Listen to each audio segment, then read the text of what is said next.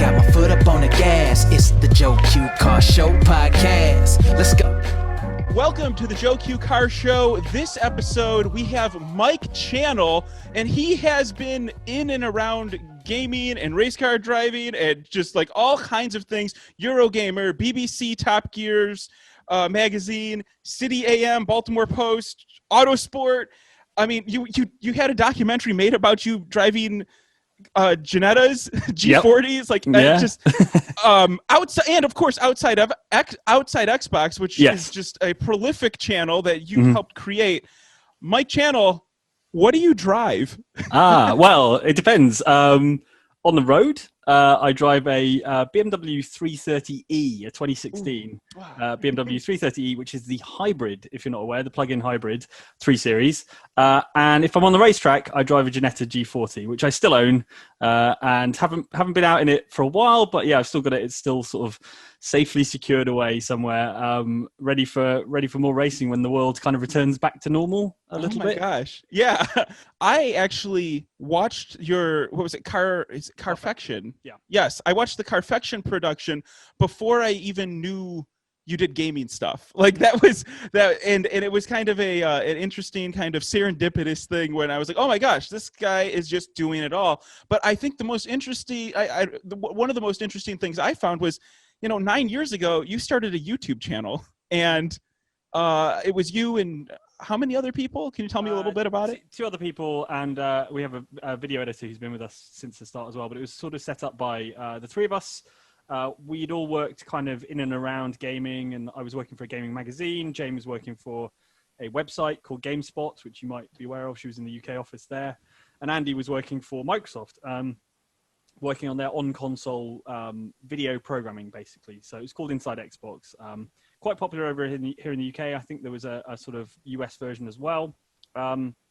Eventually, Microsoft did that kind of thing that big companies do, which is decided to change things up and swap things around and cut things. So they cut this very popular on-console offering. And so at that point, Andy was kind of at a loose end. Obviously, YouTube was exploding at the time. Even when we set it up, back in 2012, we felt like we were already kind of missing the boat in terms of gaming YouTube, and the kind of big gaming YouTubers had already kind of flourished and become huge. Little did we know there was still a ton of growth left in gaming YouTube yet to come. And so, we were lucky enough to have a bit of financial backing to get started, so we could actually sort of Jane and I could quit our jobs and we could kind of focus on it full time. And it was a gamble right at the start, to be honest. We didn't know if it was going to work out. And I think the point where I realized it was probably going to be okay was the point where we kind of hit our 100,000 subscriber mark. And that took about, I think maybe, I can't remember, it may have been like 6 months to a year, maybe a year to get to 100,000 subscribers. And that's when we realized that actually this was a thing that could keep growing and could make money, and that we probably were going to be okay. So yeah, and since then, it's afforded me so many opportunities. I was lucky to kind of indulge my love of cars. When I was working on magazines, I got to go to the Grand Prix at Silverstone. I got to go to the X Games and hang out with Ken Block in 2009 when he was doing his rallycross stuff.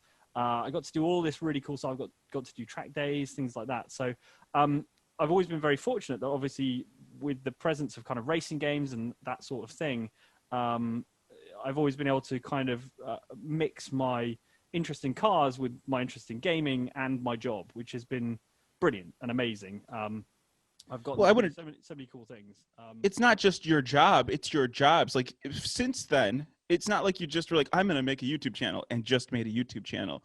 You have started a YouTube channel, and I mean, all of those other things that I said between the outside Xbox and the inside Xbox stuff, like there's a lot there. It wasn't just a YouTube channel. You've been, hustling and going for it. And actually, I think that you tweeted, we were messaging each other on Twitter, and you said a quote right before we started, and it was like, it says, take the opportunities when they come. See you soon, right?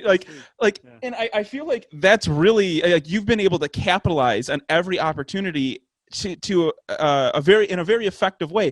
How do you do that? Tell me your secret.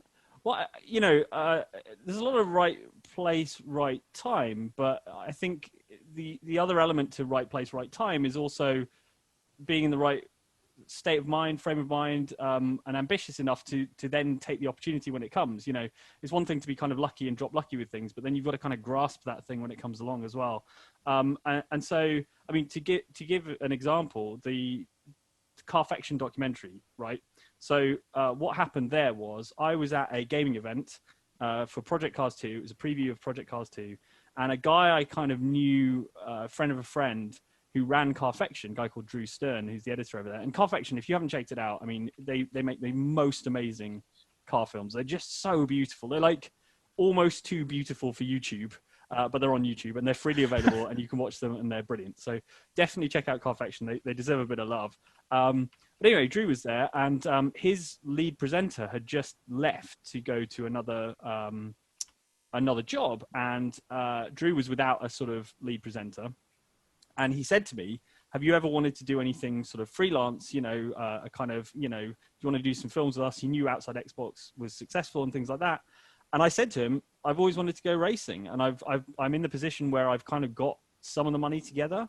But if we could talk to Ginetta and kind of persuade them to maybe reduce the cost of buying the car a little bit, or the entry fees for the championship and things like that, and you guys got a documentary out of it, if we could get all those things working at the same time, it would probably work out. And he was, to his credit, he was like, yeah, let's do it. So we went up to the Ginetta factory, which is in the north of England, met with Ginetta. He and I talked to them. They were super up for the idea, not least because I was actually offering to pay for the car. I think they got a lot of journalists who go, can I come race? And also, I'm not going to buy the car. You need to provide me with the car as well. So at least I was putting some of my own money into it. And I've been saving up for, you know, since I was a kid, but not since I was a kid, but since I'd had a career, basically, I've been sort of squirreling money away to go racing because it's something I always wanted to do.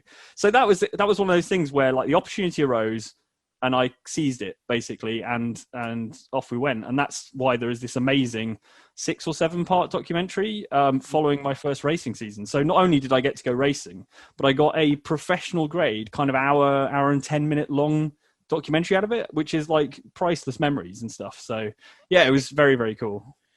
Well, I was very taken back. Like exactly, this is like an hour and a half documentary of you finding your dream, or like accomplishing your dream, and then by getting a race car and actually going racing and going through the license process and everything. Mm-hmm. But I almost feel like when I was watching that, it was very inspiring because it was almost like a story that you can apply to so many different facets of your life, right? Like, and you see that in your story.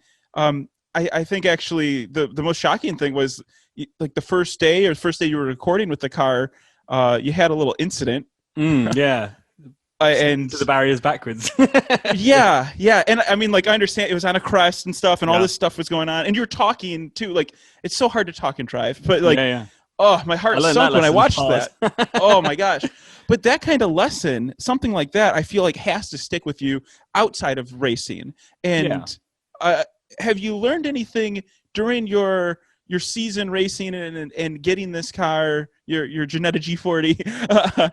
Have you learned anything that you can apply to real life now after you get out of your little track? Well, I'd say I learned three key things. Don't talk and drive.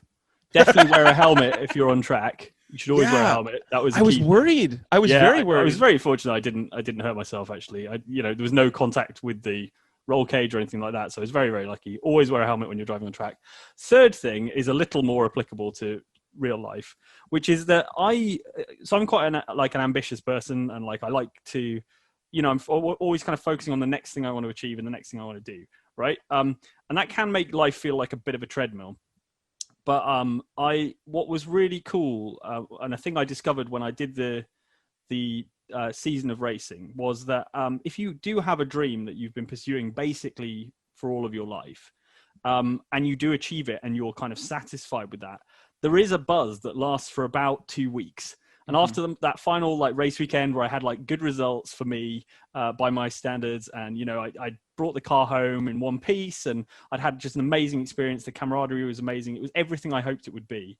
And I was just I was on a real high for like a good solid 2 weeks, and that doesn't happen often to me. Often, like I'll achieve something, and then I'm like, right, what's next? What's the next thing? Yes. And so I'm, I never really get that kind of like big rush. But with that, I think it was something I'd focused so much time and effort and kind of daydreaming on for my entire life that there was a real sense of satisfaction. And I think that's a kind of really cool thing to have learned, is that if you dream big and you have something that you really hold close and that's important to you, if you can achieve it, it feels amazing. And it wasn't like like all these opportunities, your success has made more success for you. But once you got there and you kind of had that 2-week buzz of you were totally satisfied, it must have been a weird feeling for you, because you're referencing this treadmill of just inspiration and creativity and things you got to do. How is it living outside of that? I would like to know. It felt weird. Yeah, it felt weird. I was just catching myself like, just feeling really, really good and kind of fulfilled and sort of satisfied for a bit. And then, it does fade. And then you're like, well, what's next? And I do want to do more racing as well. Obviously, it's a thing I'd like to do, but I know I don't think I will ever get the same buzz at the end of a season that I did after that first season. So I think it would be diminishing returns. I'd still love it, obviously, but I think that was a very, very special kind of moment. Yeah, it feels good. It feels like a weight is sort of lifted from your shoulders in a way, but better than that sounds. It's like, It's not like a relief. It's more like a kind of wow, I feel light and sort of freed, Just like you're running on dopamine for two straight weeks. Basically, yeah, basically. That's really cool. It was awesome, that's so man. Cool. So what's your thing? What's your like goal? What do you want to do? Do you want to race? I always have. I have so many goals. This is my interview for you, Mike. Don't worry about me. But yeah, like for me, there's tons of goals. But yeah, I appreciate you asking. We could talk after the show. Sure. But Mike, like what goes through my head when I see you accomplish that is it was very inspiring, and it's like, wow, like. He sat here, and since he got a real job, he's been squirreling away money, and he got his race car, and he did a whole season with this, and it was just very inspirational for me personally. So thanks for that. I always tend to gush a little bit in the middle of these interviews. So that's very, very kind of you. And also, I think that was a goal. Like, it was a goal for it to be somewhat inspirational, right? Like, because not just this is not a kind of a lot of documentaries about kind of racing will follow someone with a lot of natural talent and kind of they've been go-karting since they were a kid and it's them stepping up to the big leagues or whatever, and they've got all this like acres of talent. But what I wanted to discover was, can like a really average dude who just likes watching motor racing, what happens when you put them in a race car, and can they do okay? And like, obviously I wasn't winning races, I wasn't getting on the podium, but I had battles and I had good overtakes that made me feel like Daniel Ricciardo.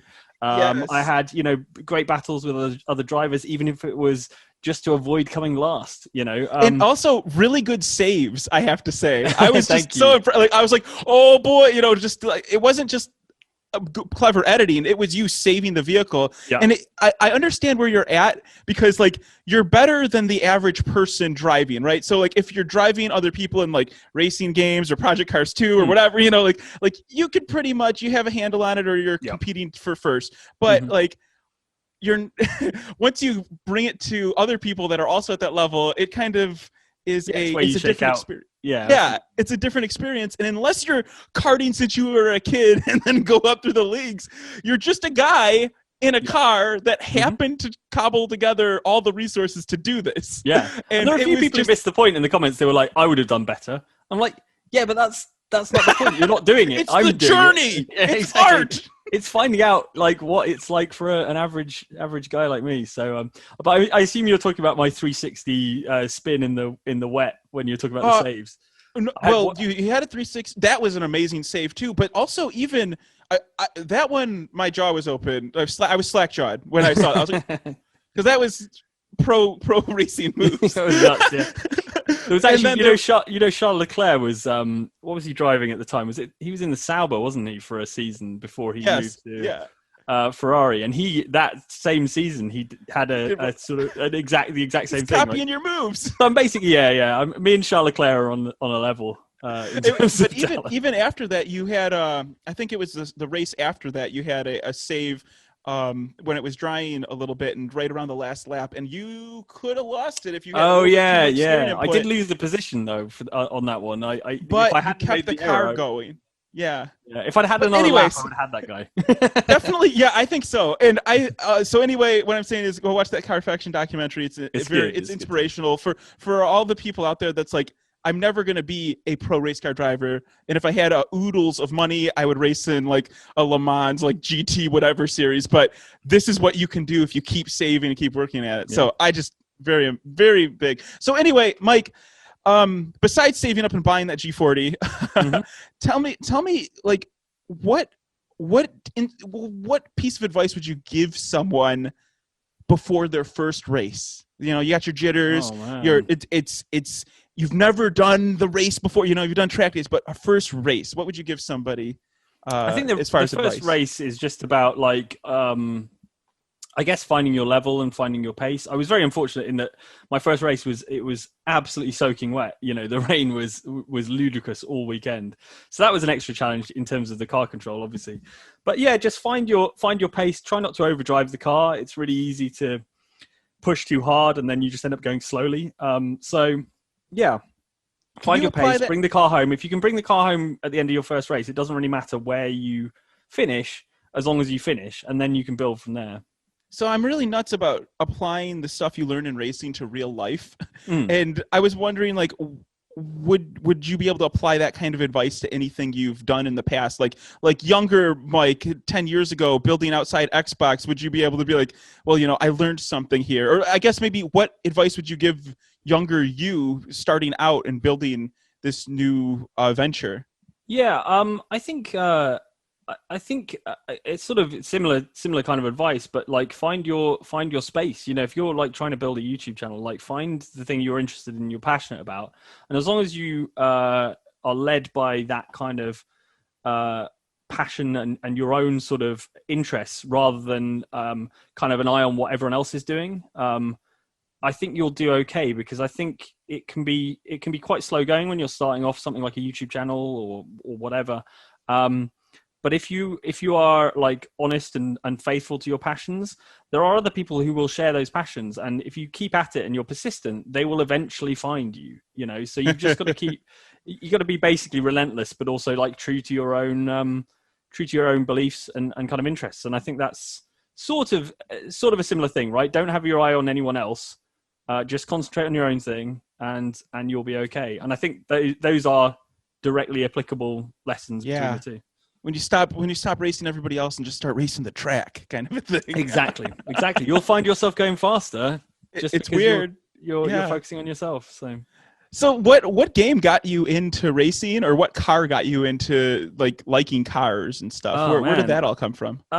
Well, you know, as I said, my interest in video games and cars has always been kind of intertwined. So obviously, I was a big fan of the old Gran Turismo games back in the day, but I've always loved motorsport as well. So I used to love watching rally. I think there's a mention of having an old model of the old Lancia Delta rally cars. And actually, one of my buddies who I raced against that season bought me a little model of it. It's actually it's back there somewhere behind the Citroen Zara.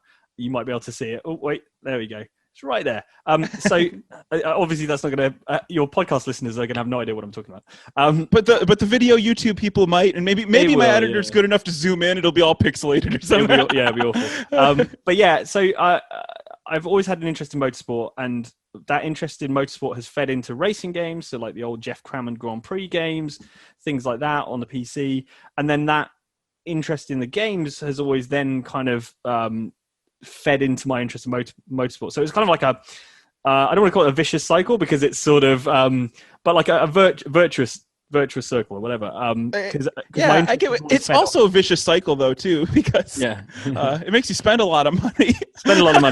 It takes a lot of time. You would not believe the amount of motorsport I watch on any given week, really. Either, you know, obviously I watch F1 every single time. It's like a religion.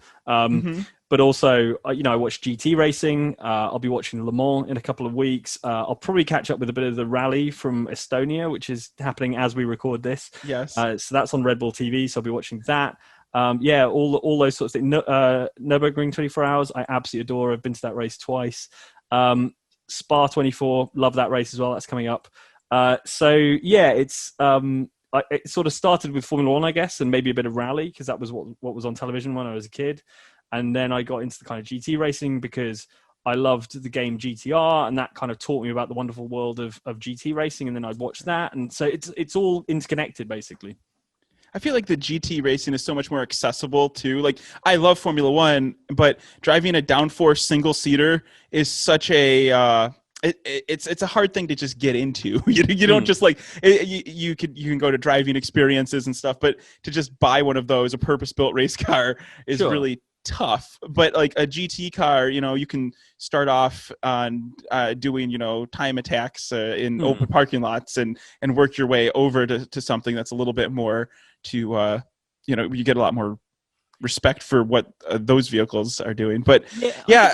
The Ginetta's like exactly that. It's a baby GT, right? It's one of the reasons I liked that over a kind of Caterham was that kind of GT feel of roof and things like that. And when you get in it, it feels like a proper GT car. And the other thing I like about GT racing is if you have a favorite brand or whatever, there are Audis, there are Lamborghinis, there are Ferraris, there are Porsches, there's BMWs, they're recognizable cars, and it's kind of fun to see those brands kind of battling against each other. So yeah, it's like you can drink a Red Bull and you can drive around in a Honda powered car, but it's just not the same. No, they don't look like the cars, so right. But like I can look and I can be like, I really want an Alfa Romeo, whatever, I can save up for one of those. But but even like that, it's a problem where, and actually I think there's a marketing problem that F1 has. It's like the cars don't translate as well as they used to into actual sales for the vehicles. Yeah. But anyway, that's all beside. We can make a whole show about that, I'm sure. And there has been. You probably wrote articles about it on one of the many. Maybe. Yeah. If I haven't already, I probably should. Yeah. There you go. Well, you feel free to take the ideas and run with them. Do you think that when you were younger, do you think younger you would be proud of older you now? Yeah, absolutely. It's really nice to be in a position where I could say that actually, if I went back in time and talked to my 12-year-old self and said, "This is what I do for a job," he'd be like, "Cool." Right. So yeah, it's my two interests basically. It's video games and cars, and I get to mess around in both of those realms, which is awesome. Yeah, I think I couldn't ask for a sort of more appropriate career for myself based on what I was interested in when I was 12. When you finally realized you were going to be okay doing the outside Xbox thing, what was your treadmill in your head saying as far as like, okay, you got your 100,000 subscribers, you're like, okay, this is happening quick, this is working. Where was your treadmill going? How were you able to focus that down into a more deliberate path? Well, I think that and obviously I still work for Outside Xbox, and I still very much enjoy doing that. I think the thing about YouTube is it's sort of, in a convenient way, it's a kind of a double-edged sword, but because it's just full of analytics, you have numbers that you can shoot for all the time. So like, when we got to 100,000, it was like, well, we want to get to 250,000 or 500,000 or 1 million or 2 million. And we're currently at about 2.5 million, I guess. Mm-hmm. And so it's like, well, when are we going to get to 3? And I think, I suppose our progress has kind of slowed a bit, but we're still shooting for those goals, I think once you get to a certain sort of size, you have found your audience to a degree, and it's great. Our audience is brilliant, so we are able to continue what we're doing at the moment, and we're doing kind of fun, weird stuff. Like we're doing like D&D, which I had no knowledge of or interest in before we started doing it, but it turns out it's just for massive show-offs, and we are all massive show-offs. So. So that's been working out well. So we've been doing kind of live shows of that, and that's kind of fun because it scratches the kind of live performance itch that I also had as a kid. Like I used to do kind of theatre stuff.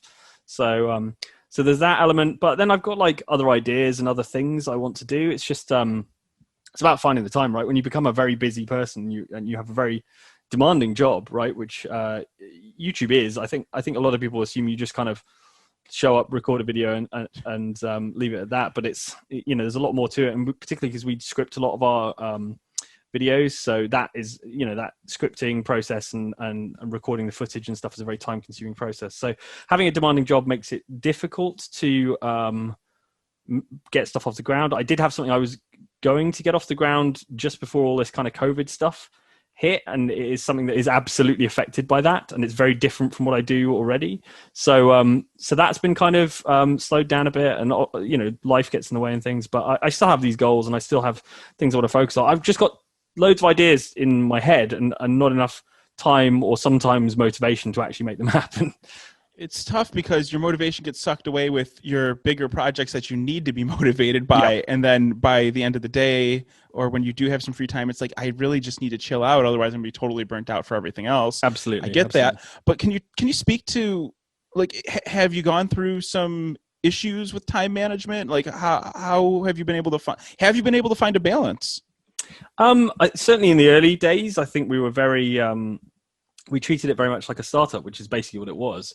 And so we were kind of working all hours and things like that. But, as time's gone on, I've got, I'm married now, and I've got kids. So it's like, I think at that point, when those things start to come in, you have to demonstrate a bit of discipline, because you can't be just kind of working all the way into the evening, because you've got a wife who wants to spend time with you and a kid who wants to spend time with you and all this stuff. So I think that just instills a bit more discipline, and there's, I'm less able to procrastinate or kind of, be distracted by things. I'm like a very easily distracted person in general. But I have to be more disciplined because I have other responsibilities, basically. So in a way, like, having more responsibility has actually helped my time management, but I still get things wrong from time to time, but by and large, I mean, my approach to time management is like, what's the thing that's going to burst into flames if I don't do it now? And then I do that one. And then I move on to the next thing. What's the next most important thing? That tends to be my time management approach. I was just wondering, because I can imagine you get pulled in so many different directions. Yeah. What would you say is the most stressful part of being you? Gosh, I'm quite fortunate in that my temperament is that I don't tend to get very, very stressed about stuff. It happens from time to time, but it's. I think the stuff that stresses me out is more like, this is gonna make my family sound terrible, but like the stuff that stresses me out is like family stuff and stuff that is like, I find the family thing more important to me than the work thing. Like work, you have good days and you have bad days, and they kind of level out, or hopefully you end up with more good days than bad days. But like stuff that stresses you out about like your health or the health of your family, that would be the thing that would like freak me out. Work stuff, it's like, I try not to get too, I'm extremely focused and I'm extremely like involved and invested in the work stuff, but I also try not to let it get to me. And I also, I try to, on a weekend, for example, just kind of unwind a bit and do fun stuff. Well, hopefully this is part of the fun stuff, being absolutely able to talk about yourself for a little bit. If you were not being a race car driver or playing some video games, what would you be doing right now?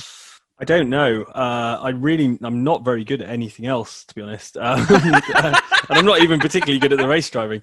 I would say, like I said, I kind of was into the sort of theatre stuff. So, acting was always fun and a kind of passion of mine. It would have been nice to do that. But, and obviously I used to write for magazines and things like that. So like something writing related would probably have been good. I think maybe my wife's in advertising. She's a copywriter. I think maybe that was something that would have been a potential avenue for me. But I'm glad I have a job that just keeps me interested, and I'm constantly